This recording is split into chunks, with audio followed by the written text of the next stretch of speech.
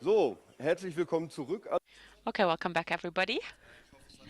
I hope you enjoyed our lunch break, for those of you who had time to eat something. So before we continue, I have two organizational things that I would like to discuss. So first of all, you got this feedback sheet right here. Everybody received one. And be very nice if you could fill this in and then hand it in outside before you leave. And should somebody not have a feedback sheet, then please let our colleagues in the back know, and they have some more for you. And then the second thing is we have somebody here from the EVZ here. I don't know that person. Is that true? IVZ? Nobody here from the IVZ? No? Okay. If there is a participant here from the IVZ, if you see an employee, then please do let our colleague Preis know from the WDR and Mr. Simbung from HR.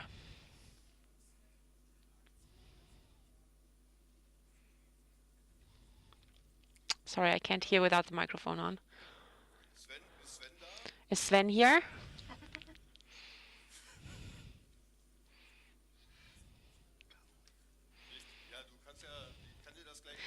Okay.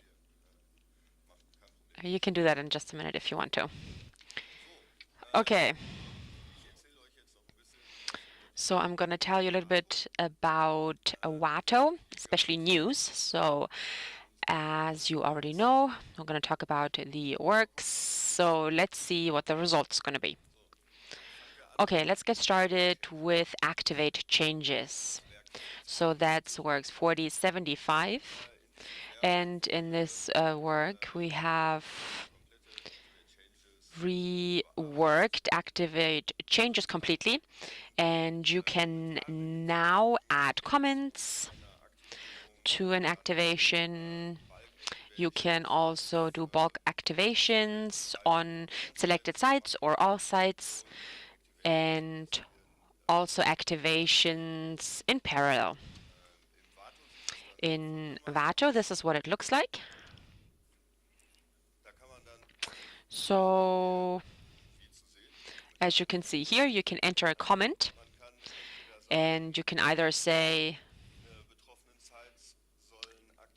all sites should be activated, or you choose the check boxes right here and choose individual sites, and you say, okay, activate selected files. And the next thing is work 4227. So activating changes can now be locked. So it means it is actually locked. So all that is done via the global settings. So you can find a new button there. It's called read-only mode. And using this button, you then get to the configuration, and then you can choose whether or not the read-only mode should be switched on permanently or just for a specific time period. And you can also choose which users are allowed to edit, and also insert a comment again. So let's now talk about service discovery. We have two works, 4319 and 3472. And what we did here is we completely reworked the service discovery page, and hopefully it's going to be easier to work with this page now. So vanished services that were at the end of the page before and right above the active checks are now moved to the space under the unmonitored services. And this is what the page looks like now. So the top part, what you see here, you don't see it, the services that are monitored, then the vanished services, and then in the end, you see the monitored services, so the ones that are already in monitoring. And we have different buttons. Oops.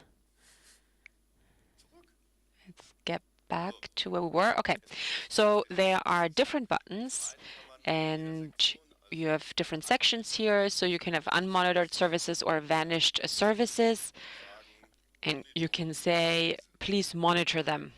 And then they are part of the monitoring process, and the auto checks are written accordingly. And then you just have to activate it again. What's new is that you can now also disable complete services. So if you use this disable button, you can automatically create a disabled services rule for this host, the host that you see at that point in time, and the corresponding services. And the whole thing can also be done individually. Those are these buttons right here. So it's plus for adding, of course, and X for ignore.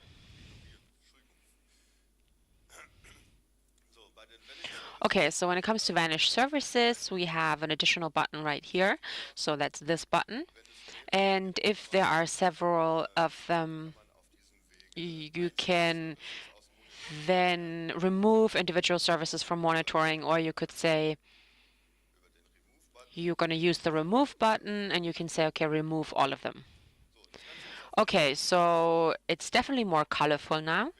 And if you think it's too colorful, then you can just change your monitor to gray, and that's what you're going to get.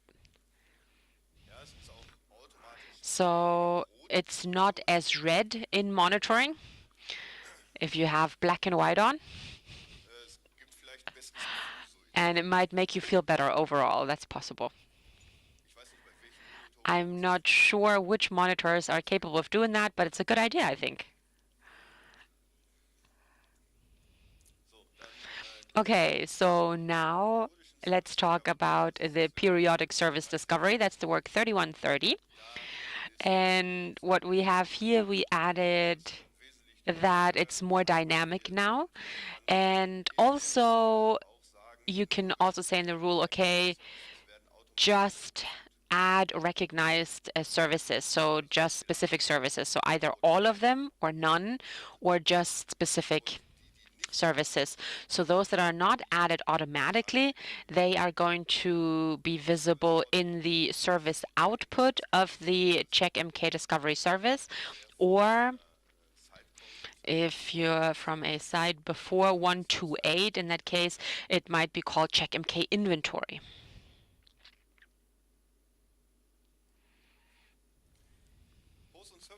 Host and service parameters.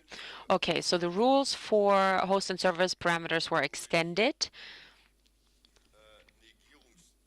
by negate conditions. So with checkboxes, so that means that you can now say, okay, for hosts and services,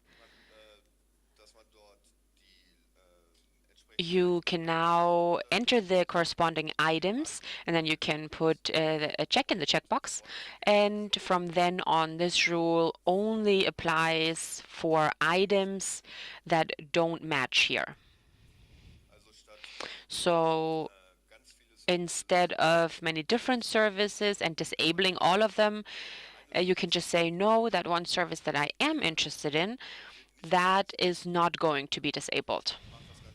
So that just organizes a little bit more, and it's easier to read. In addition to that, we added that on the head of the page, you have the type of matching that is indicated now. So that means that if the rule says, okay, the first rule that matches is valid, or are you going to add the rules? So the rules that you sort of had to move up one spot before, you can just use drag and drop now. So you can just move these rules however many spots you want to using drag and drop. In Wato, this is what it looks like. So we have an additional icon right here. That's the drag and drop icon. And you can then grab that with your mouse and then move the rule either up or down wherever you need it to go. What you see up here is also the type of rule. So that means for this rule, the first match counts.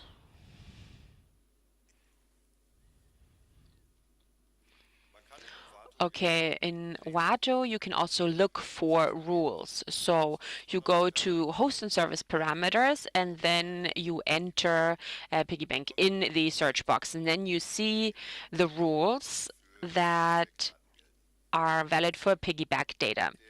So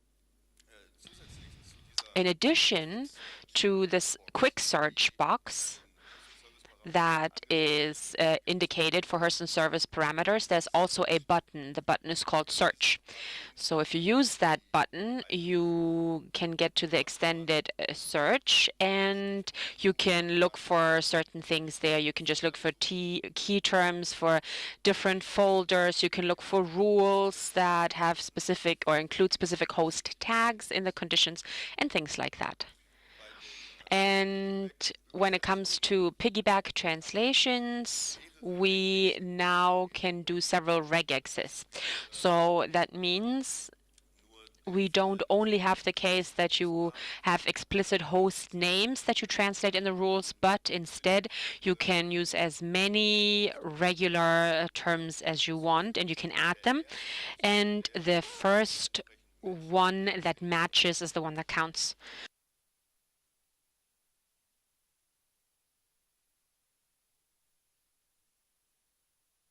Okay, we also have a password store that we added in CheckMK. So that makes it possible that we can now enter passwords in here, and these passwords are then used in specific rules. So by doing that, the rules itself, the passwords are not shown in clear text anymore. And because of that, I can use the same passwords for many different occasions, and I don't have to really remember super long passwords and then transfer them to different rules.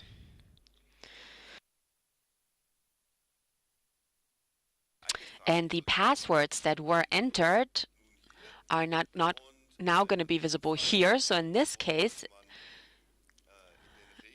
you would really see the password email, for example, for rules that are supporting this. So what kind of password is behind that is not interesting right here anyways, because the Wato rules in the configuration, in the core configuration, oh, I'm sorry, in the check configuration for hosts, then have the clear text password that is there. They're going to replace that and then use it.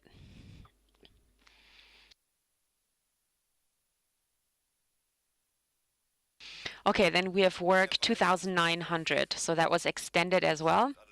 So that's a very nice number, isn't it? It's an even number. Okay, so it was extended, and it extended the host bulk import. So far, it was possible to use bulk import and to have a CSV file with host name. And this host name was then imported in the active folder, and you were then able to make further changes there. And the extension of the bulk import now includes that the CSV, there are different columns that can be included, and in the preview of the import, you can now decide what this column is for each column. So in this case, the first column is the host name, The second one would be the IPv4 address, and then we have the agent type tag. So that means I can now use this CSV. I can prepare the bulk import, and I can then decide which column is going to fill which host attribute in the WATO. So we also have a host network scan. I'm not sure starting with which version, but we definitely added it since the last conference. And this network scan can be set in the folder properties. And I can determine I want a specific IP network, and I want to scan that. Or I can have a number of ranges right here. I can also have certain IP addresses that I can insert. So here's a list of IP addresses. I could also say IP addresses from 2 that need to be scanned, and I can say, okay, how often is this scan going to take place in this folder? How many things do I want to use simultaneously? And also which user. So the user, of course, needs to have rights to that folder, of course. So the hosts that derive from that network scan then are going to be set up in a disabled way. So that means you are going to see them in the folder list, and they have the criticality tag to do not monitor. And if you can do changes of names in DNS, then you can also just set them up with host names. Okay, so what I can do right here with this last point, I can also determine how the host names that were found can then be mapped. So I can, for example, say the domain name needs to be removed, or regardless of what the DNS says, all my host names need to be lowercase or uppercase, and that is what I can determine right here. When it comes to folders where we already had that scan done, the result is going to be shown right here in that last spot.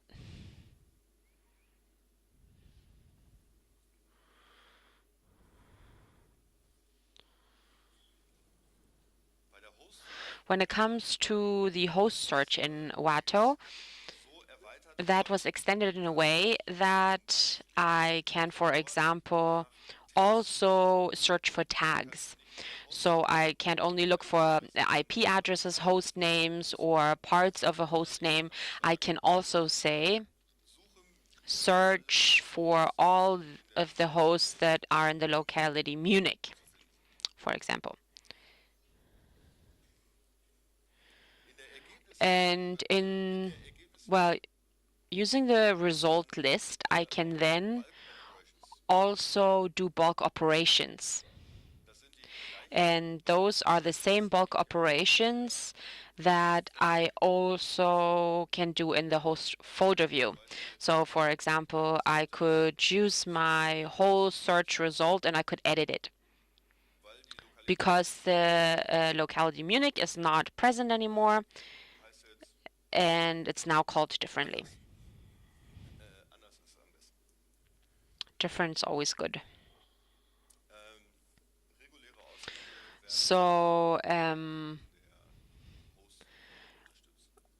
regular searches are also supported. That's also new. So we have some other smaller feature works that I'm not going to talk about in detail now.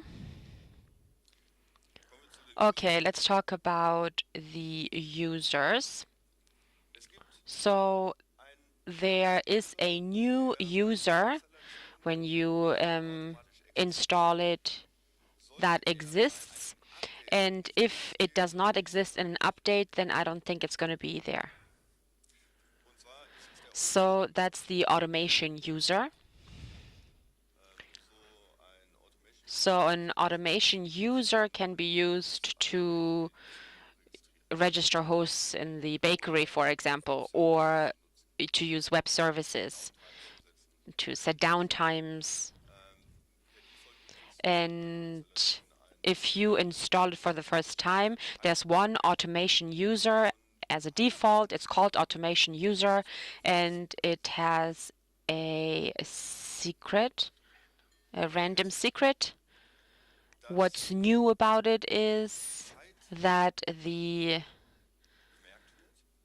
time is logged, the time when a user. No, we already talked about login in earlier, sorry.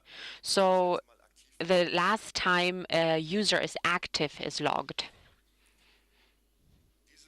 And this time can also be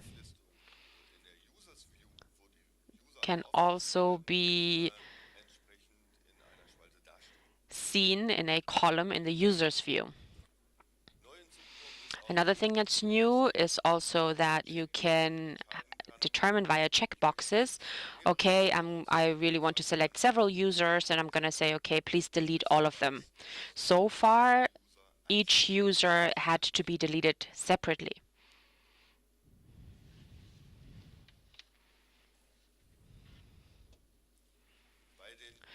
When it comes to user rights or permissions, things have changed as well. So now you can have a role permission, and you can decide, okay, that a role cannot change hosts or the names of hosts. In addition to that, you can also look for permissions, search for permissions. Searching for permissions happens in the edit mode of a role. So you can not see all the roles and then say, okay, now show me right or permission this or that. But if you're in the edit mode, that you can say, I'm going to use the quick search box and say, okay, please show me specific permissions.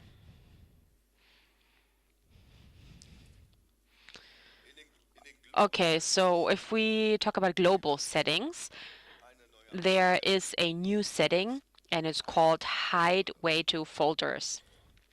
And with this setting, I can determine that host folder to which the respective user does not have any reading rights, they're not going to be visible.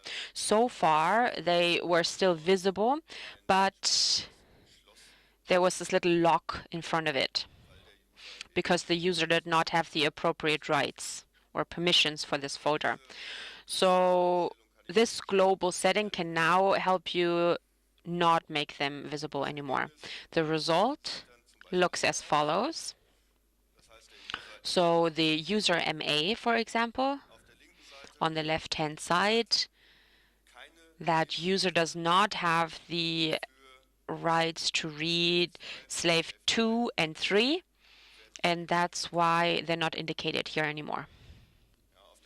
So on the right-hand side, you see the admin user, and that admin user has rights and permissions to all folders.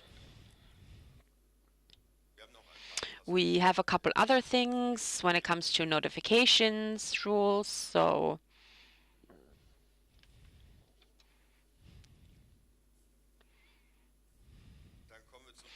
let's talk about distributed monitoring.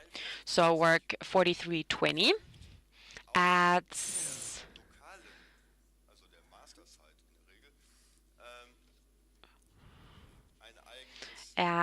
their own global settings icon to the master site, and that makes it possible for you to really use the global settings which you set via the way to snap in, and it makes it possible to set default parameters which are then applicable to all sites. So if a site has a deviating setting, then you are going to put that in the global settings of the corresponding site. So up until this work, the local master site did not have such an icon, and because of that, for local sites, always the settings applied which were set through that way to global settings. MKPs. Does anybody work with MKPs? Okay, so 2 or 3. Okay.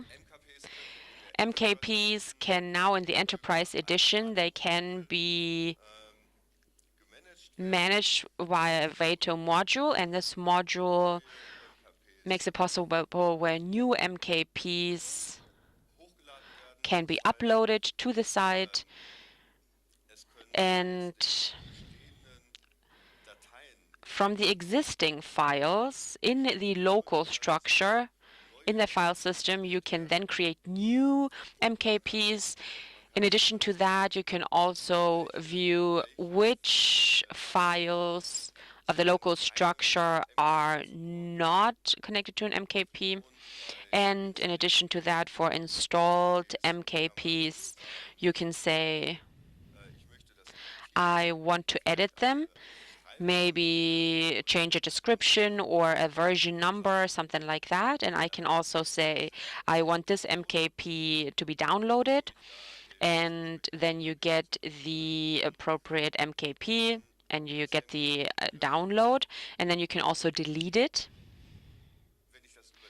And if you do it via this icon, you are automatically also deleting the files that were there. And the last icon tells you I'm going to remove the pack and I'm going to then release the files that are included here. So the files are still going to be in the local structure and are then also going to be there for create package or unpackage files. They're going to be visible here. Okay, so if we talk about remote sites, I can now determine that local files and MKPs are also going to be synchronized. I can also determine which configured LDAP connections are going to be synchronized with the appropriate page. So what you see here, those are the points synchronized with LDAP connections and extensions. Okay, that's it.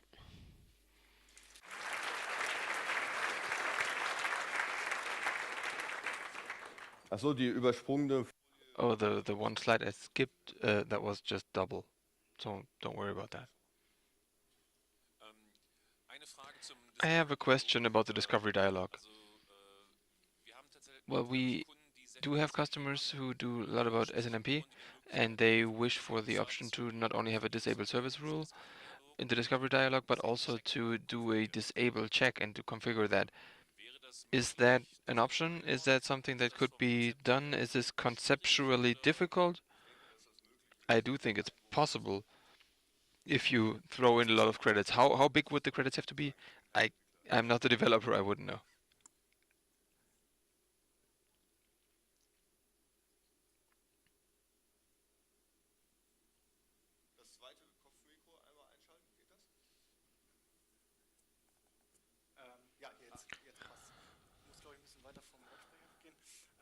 So I have to step away from the speaker. But yeah, from my point of view, I would say it's conceptually difficult because the service discovery dialog does build on a list of services that are found. So if you have one action, an icon with a service, for example, and it says disable check, I mean, then you would also disable several checks on that system. So the entities don't really match there, I think. I think optionally this is something that could be built if it's really necessary, maybe as a plug-in, but as a standard I wouldn't really see that as a great fit. So the customer has like switches with 400, 500 ports on it, or maybe 50 coolers on it, and he just wants to be able to turn down all the coolers and in that case reduce the load on a switch, and this disable check wouldn't help. No, Ralph, if you do not have a single service of any type, then they won't be requested anyway. So if you have like the name of the coolers and you have them all in your service, then there won't be any data sent except for the discovery check. Yeah, but if I have periodic discovery switched on, then it will get once per hour. Yes, of course, for the discovery it has to do that. But at disable check, this is also switched off. There is a question about the black and white slide.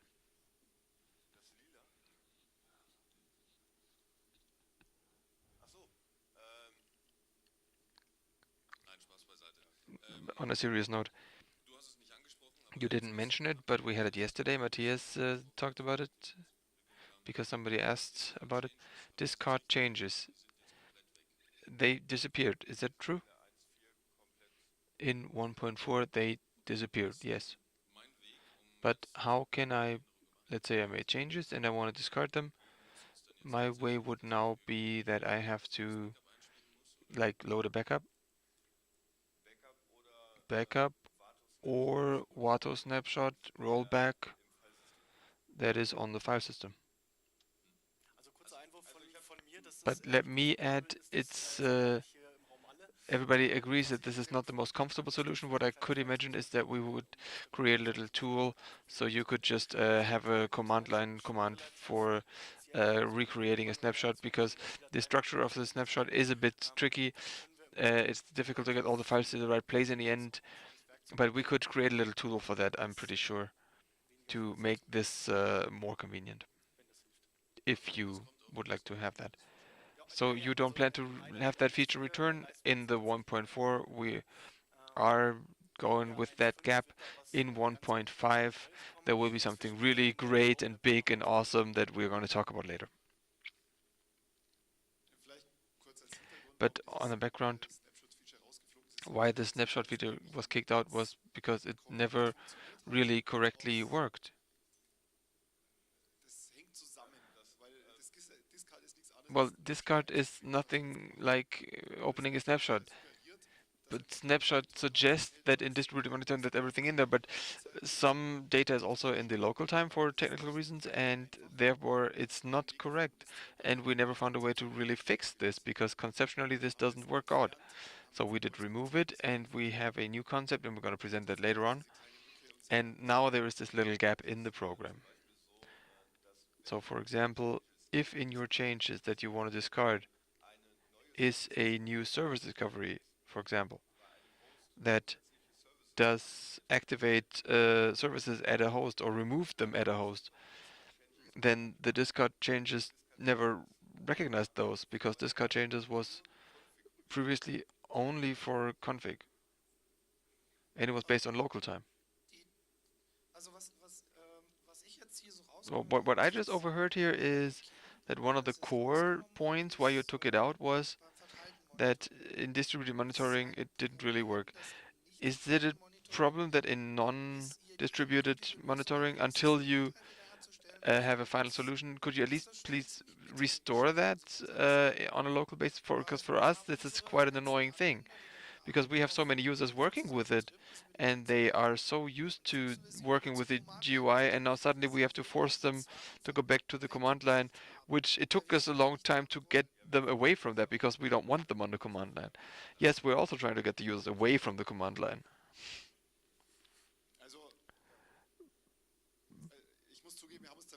But I must admit we did probably simplify things a bit too much. Maybe after the conference we would have to have a serious talk and maybe find a way to alleviate your pain in this respect. But it will be a makeshift solution because there is a super solution coming up, and we're going to present that to you later. The Git still works, or JIT, whatever, but that has not changed. But that too does only cater to local date or local time files. And the snapshots are still being created automatically. Just the button for moving back is missing.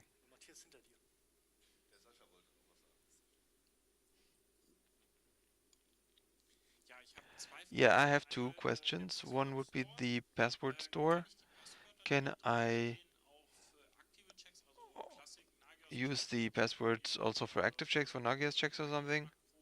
Like as a Nagios macro maybe? I think so far there's only very few active checks that do support it in the GUI.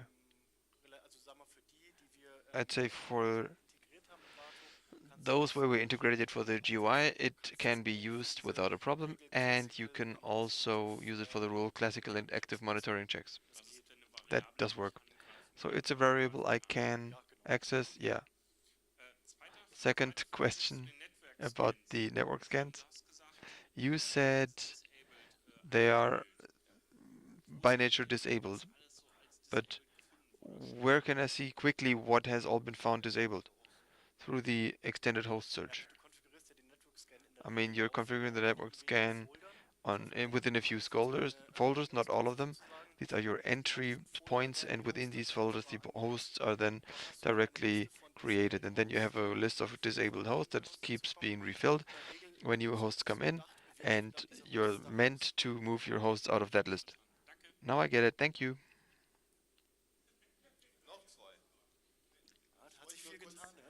Yeah, like, quite a few things happen, so many questions. But you asked about the password store, about command line. So the main job of the password store is that passwords are no longer visible on the command line. So if you are using a command line, then this advantage would get lost. So out of the program, it is read from the file. That's why we made the mini patch, so that the password never ends up in the process list or anywhere else. This is one major reason. And also with the password store, it is possible to separate who knows the password and who can use it for configuration. So user A can type it in and user B can use it for his rules. So these are separated permissions, and this was the main reason. And third, the passwords are in clear text on the hard drive. They are not obfuscated because the monitoring does need them in clear text. So passphrase doesn't help here either. That's why we decided to put them in clear text, visible, so not to create the impression that anything was encrypted here. Short question about the password storage. Does it also include SMP credentials? Are they also in there? Yes? Okay.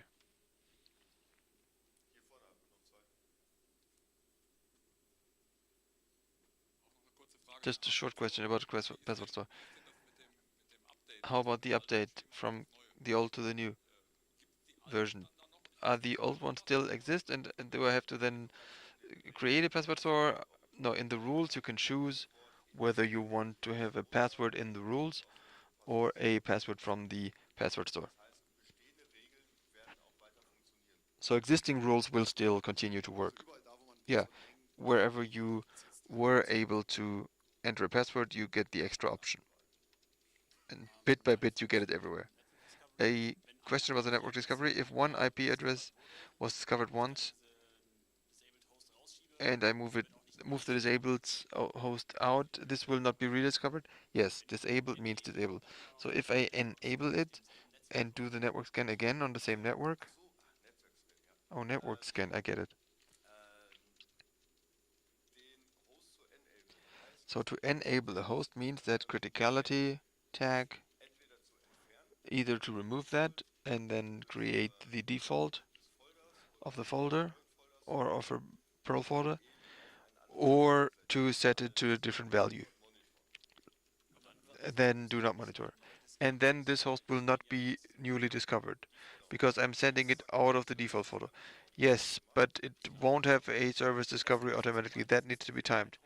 Well, what he means is a host is being checked at the discovery, and as soon as there's a ping for that host, is there a host with this IP address, yes or no? And if it is in another folder with that IP address, it will not be rediscovered. Yes, that was my question. Thank you. Quick addition: it's not the IP address, but the host name. Well, the host name is unique. That's right. It does work. We're talking about the network discovery. Is this just ISTP ping, or is there any check command I could use?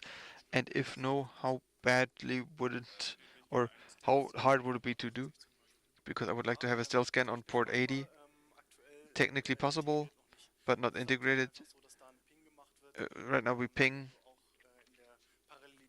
and it can be adapted with parallelity, but you cannot set the protocol yet, but it's extendable, certainly. So, as the next topic, I would like to talk to you about the novelties in the CheckMK appliance, something that I've been doing that was last 1.5 years.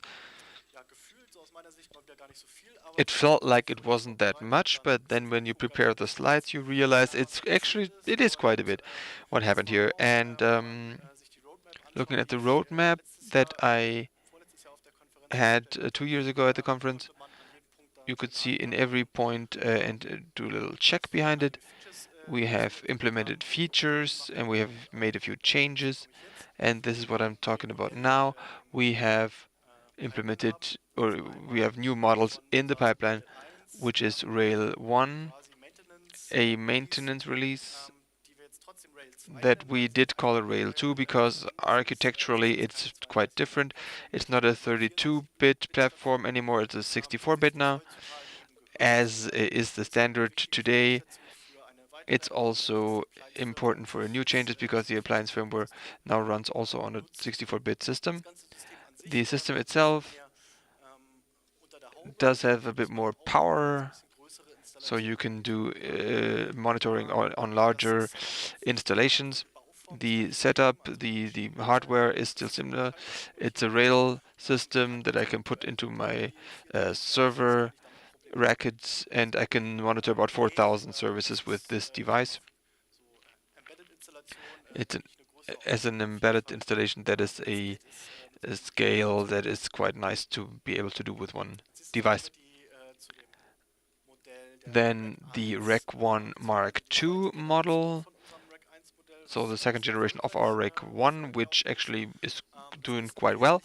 It's also more or less a maintenance upgrade. It's not a large change when it comes to performance. The dimensions are similar. But what we did do, and in practice we noticed that we do need more memory. We have extended it to 16 gigabytes. The hard drives have also been doubled, but then the disk space within the systems is designed as such because the memory was always the major issue. The bottleneck, hardware was never the problem. But the services you can monitor hasn't really changed. The price hasn't changed either. The structure, like the model shape, has changed a little. It's not quite as customized anymore as it was with the Rec 1, but then there are more hard drive slots in the front. I mean, the firmware doesn't cater for that yet, but you could also extend the hard drive space over time, in theory, or maybe work with SSDs. By standard, we have in this device still spinning disks. And then we have the next device, which is something new. This is our heavy machinery. That's Rec 4 Mark 1. That has about 4 times the performance, 4 times the dimensions. So 24 cores, hyper-threading. So that's a whole different level than Rec 1 with 64 gigs of RAM. the thing will run by standard on SSDs, simply because at this size of CPUs and memory, you do need the data turnaround on the hard drives in order to be able to process that much information. The values that need a lot of I/O you can't really handle with spinning disks, at least not with the ones we have tried. So that's why we have two SSDs in there. So we're now at about 500 gigabytes.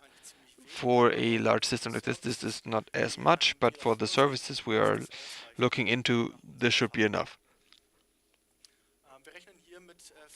We are looking at a 4 times installed 10 gigabyte LAN, because it may be a cluster system, and of course within the cluster the replicating of the data, and with a gigabit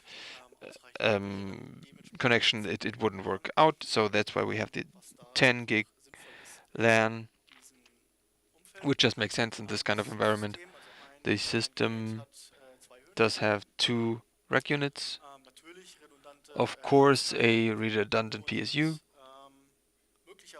and of course the option, we are still thinking about that, how and if we're going to offer that, to have apart from the 2 SSDs, or as a replacement for 2 SSDs, maybe have terabyte SSDs that are affordable today already as an alternative. So that leads to this system being able to monitor a lot more services, because with these 2 standard SSDs, the bottleneck is the disk space. If you put more disk space in there, you have pretty much the double capacity of services you could check or monitor. And we have also disk slots in this system, so more SSDs could be added. It doesn't stick to simple mirroring. It would probably lead to RAID 10, which requires changes in the OS, which we don't have yet. So this is a future thing. This is something that the platform is capable of doing, but the firmware is not prepared to do so. So this is just a future idea. About what can this great platform do? We did run a few tests with a configuration of this size, with now only agent-based hosts, which led to the following values. So the load was quite low for the system. The CPU was still a bit bored.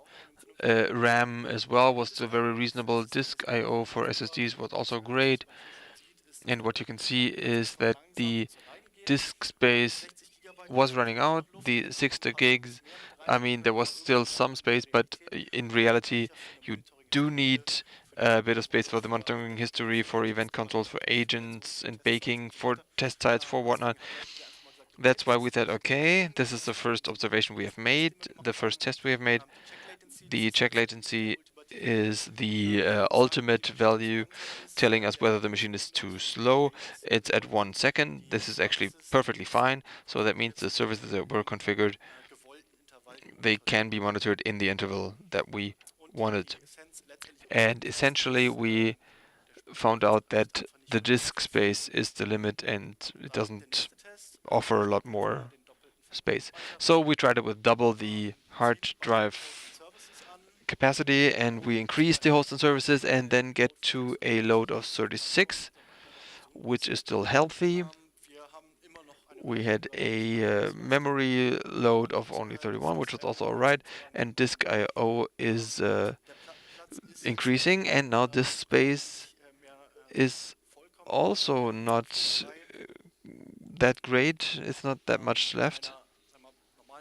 In a normal installation, if you have things on the side, you would probably need more space if you're going into this kind of size with one system. But here the insight is, I did look at it in detail. What were the components in CheckMK that led to a problem? What created the load? And I did see that with a few tuning operations, there is more you can get out of the existing system. So basically, if you tune the checkmk, it could help, but of course this was a lab test. I mean, there is no real configuration on this with hundreds of rules or thousands of rule sets somewhere. So this is just a performance test that is limited in its possibilities. I mean, in a real configuration, you may probably have different results, especially if you do SNMP monitoring, which, as we know, does create a bit extra load. Probably these values could not quite be reached. These are lab test conditions. I mean, you know that from emission tests. It's not always the same in real life. So this was the hardware. Now about the new devices. What we did starting with platform version 1.3, we had a cut in our firmware and decided to build the system based on a modern platform as would be expected these days, which is 64 bits. This also saves us some problems with migrations from Linux to checkmk appliance because usually systems today are based on 64 bits, so these migration pains are being left out. So what happens here is a transparent update, so I can just get a firmware 1.2 point something, so 1.21 or newer. I can take that and just load firmware 1.3, thus updating the entire operating system to the new architecture. But then I may probably have to install checkmk in a 64-bit version, so I can also upgrade my sites to a 64-bit architecture. Usually this is not that hard to do, just upload the new version, and then you go to the site and reference the 32-bit version and make an update, and that's all you need to do. Maybe the RRDs that are still present might be migrated without you having to do anything. It's also quite performant, so that even installations with 1000 RRDs could be updated within seconds.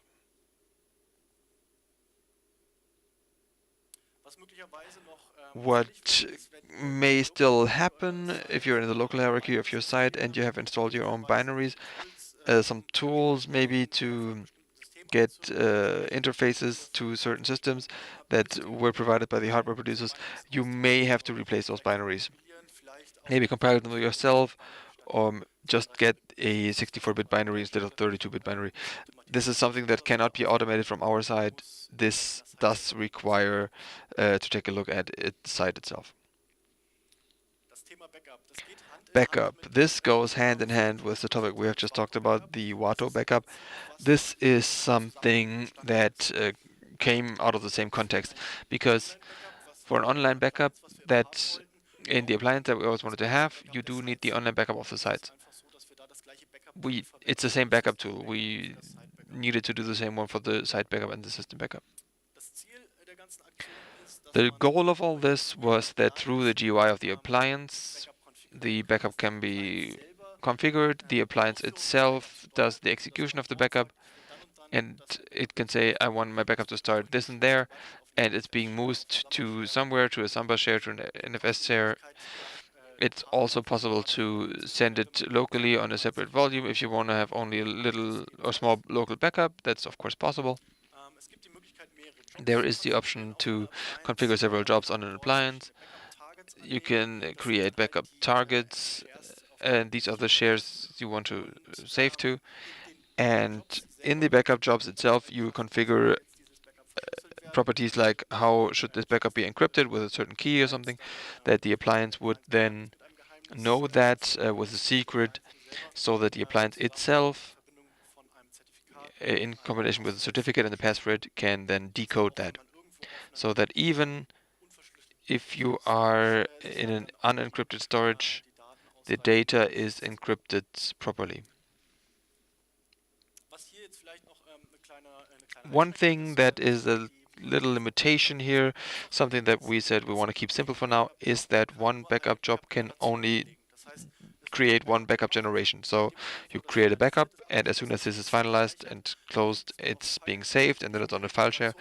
And if I want to collect several generations over months and years and whatnot, I have to do it myself. I have to create a job that copies the successful backups somewhere else.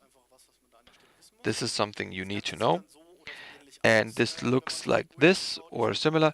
If you look at the GUI up here, I have the tight dialog of a backup progress. So I press the button backup now at some point and it started.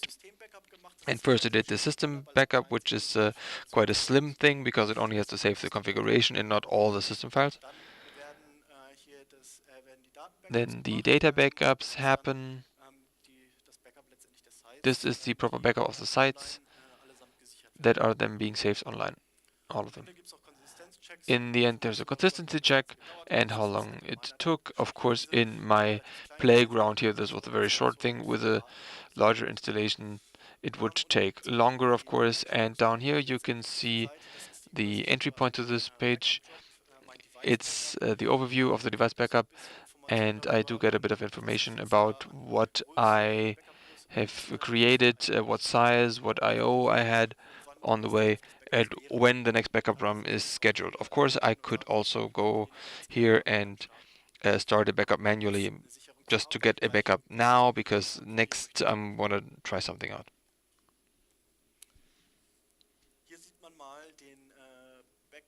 This is the backup job config dialog in detail.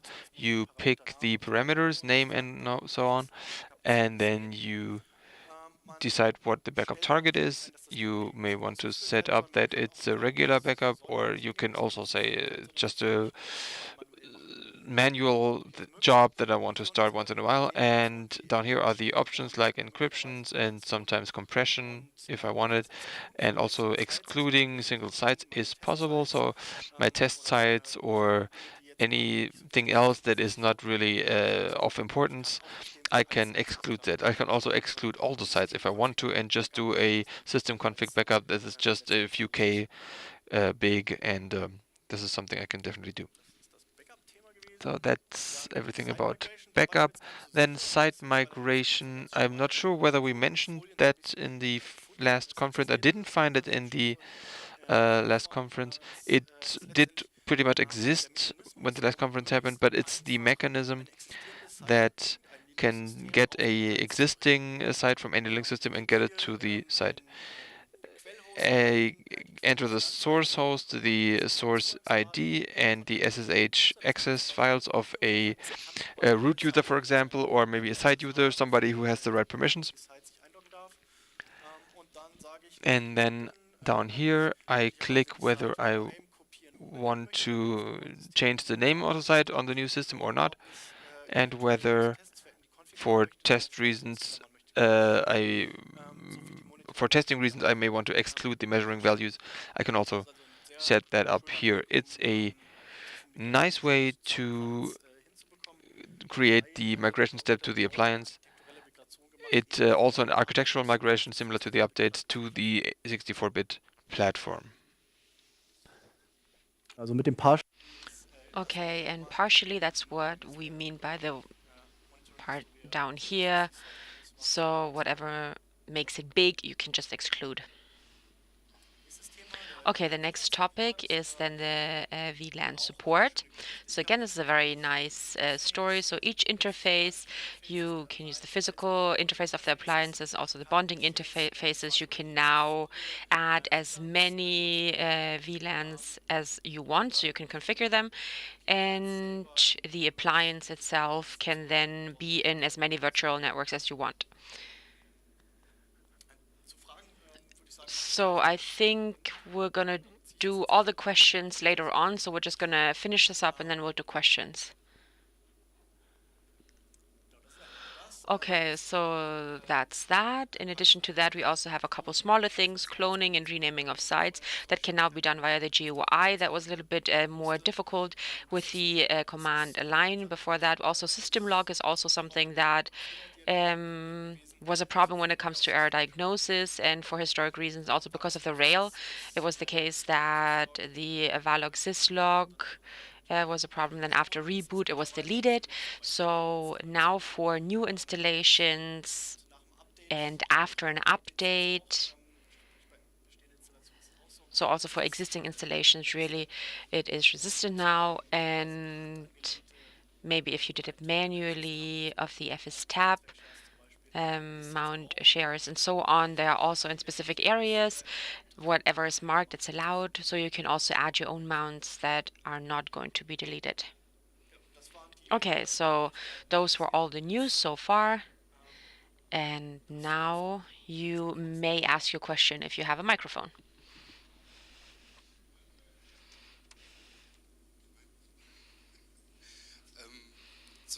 Okay, so you just said bonding.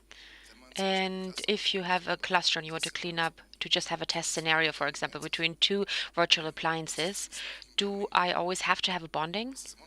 Is that still the case now?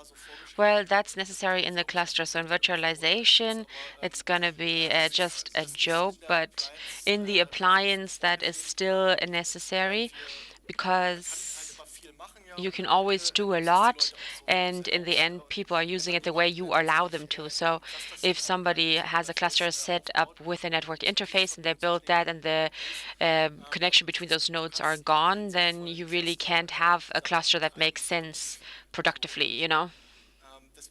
And because of that, I don't want to make it possible because that could create problems. Yeah, I have a case like that. It's just a Reg 1 as a virtual slave. So it's a cluster construct, and we have a virtual machine running. And it doesn't work all the way great, but it does work, and it's good enough for my backup. There are no outages and things like that. So the configuration was a bit strange because I thought, okay, why do I have to do bonding virtually? Because it doesn't make any sense. Because maybe there might be, well, you said there is no solution how you could compromise that. Well, it's very difficult for me to really take that out because for us, this also is just a little bit of security for us because as soon as we allow you to configure that, we can always write, okay, this is what you're supposed to do, but if you can't configure it, people are going to do that. In reality, that can really cause instability in the cluster. And then, of course, we're the ones that have to take responsibility, and we then have to stop you and say, you can't do that, you know? So I think it's good that it is the way it is right now.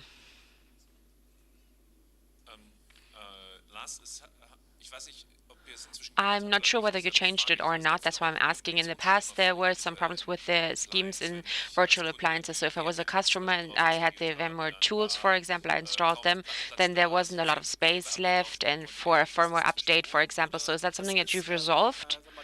Well, I would say that whatever caused that problem, that really was solved. So the topic was that we had the VMware tools and we delivered them in a specific version. And when we had that in the local store space, so in the user area, and then the ASX server told us that this is just outdated and it should be updated. And that really caused the problem, that update, because then we didn't have the stripped version of these tools that we deliver really, but it was the full version of the tools with all the kernel modules for Linux and so on that we don't even need. And because of that, that then created some problems in terms of space, and that we really orient towards the official recommendation, and we now have the VMware tools, but the open VMware tools from Debian.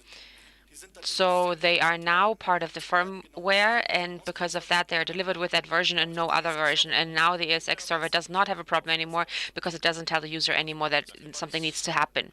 So the topic should be resolved now. Okay, so this migration tool that you showed, that would be very convenient if that was also available in the normal version, because sometimes I have to go from Debian 8 to 9 or something like that, and it could be a lot easier if we just had a new VM with a new US and you can build that, and you just have a complete configuration that you can copy.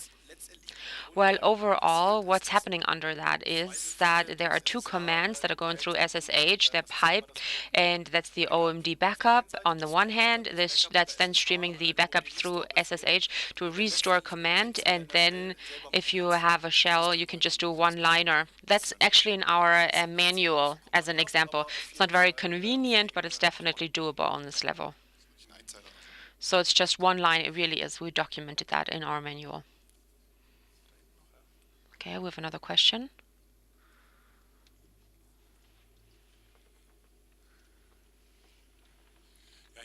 Okay, I have another question about the backup of the appliance. So if the appliance is on the cluster, then the backup is actively on one side, and I only have the appliance configuration of the active side. So I don't want to talk about the checkmk side, but really the appliance configuration. So if the passive side now has a problem, hardware problem, for example, then I'm missing the configuration, right? Or not? Yeah, that's true. So the backup jobs, so there could be a backup job that you can configure it in a way that on the passive side it also is running. So you just secure the system, and then it should really then cause a backup that is then executed if the host is not active. Okay, so that means you really can just do a backup of that side. Yes, you should be able to. But it should also be in the FAQ or in the documentation. There should be an article on that, because that's a very obvious question that could come up in this constellation very often. So I think I actually wrote something about that before. Okay, I'm going to stop you now because we're 10 minutes late already, and I would like to tell you a little bit more about the alert handler. So thank you very much about the updates for appliance.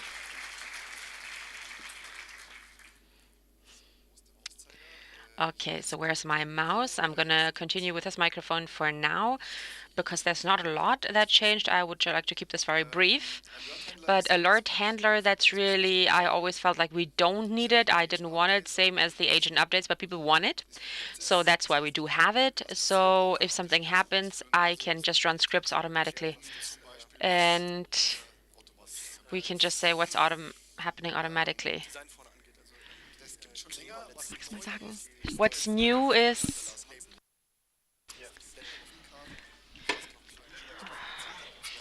schon wieder. I'm sorry, we have two inputs.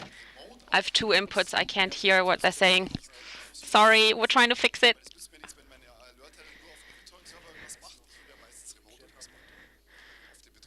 Sorry, we're trying to fix it as quickly as possible. I have two inputs. Okay, here we go.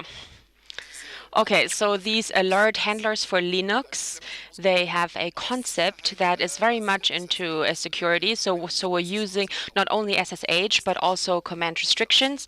So it's definitely secure. So we're not using any network data. So that means the monitoring system can only tell the system, okay, please now do the third command that we agreed upon, and that's what's happening then. And the whole thing with the agent bakery is now used as well, including the installation of the SSH keys. So that means if we have the agent updates there, so I can also deploy the handler without having to touch anything else.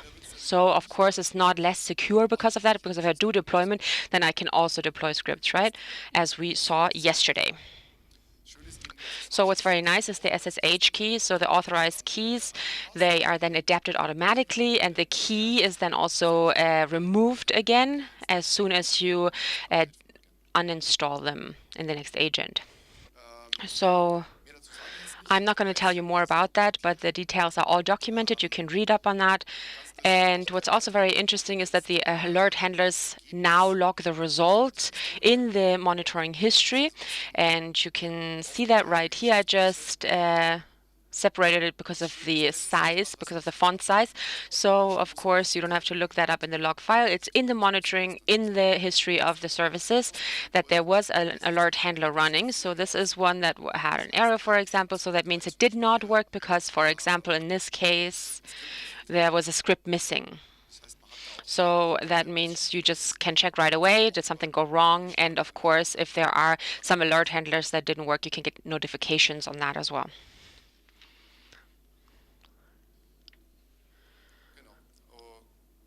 Okay, and then another thing that changed when it comes to the configuration of the rules of the alert handler, there are a couple conditions that we added. They were just missing so far, and it's a little bit more flexible now. Okay, so this is everything I wanted to tell you, and we have about 2 to 3 minutes for questions about alert handlers. If there are no questions, that's very positive. That's positive feedback. So if you're not using it, you're not going to worry about them anyways. And the monitoring system that's only monitoring is definitely very convenient. And yeah.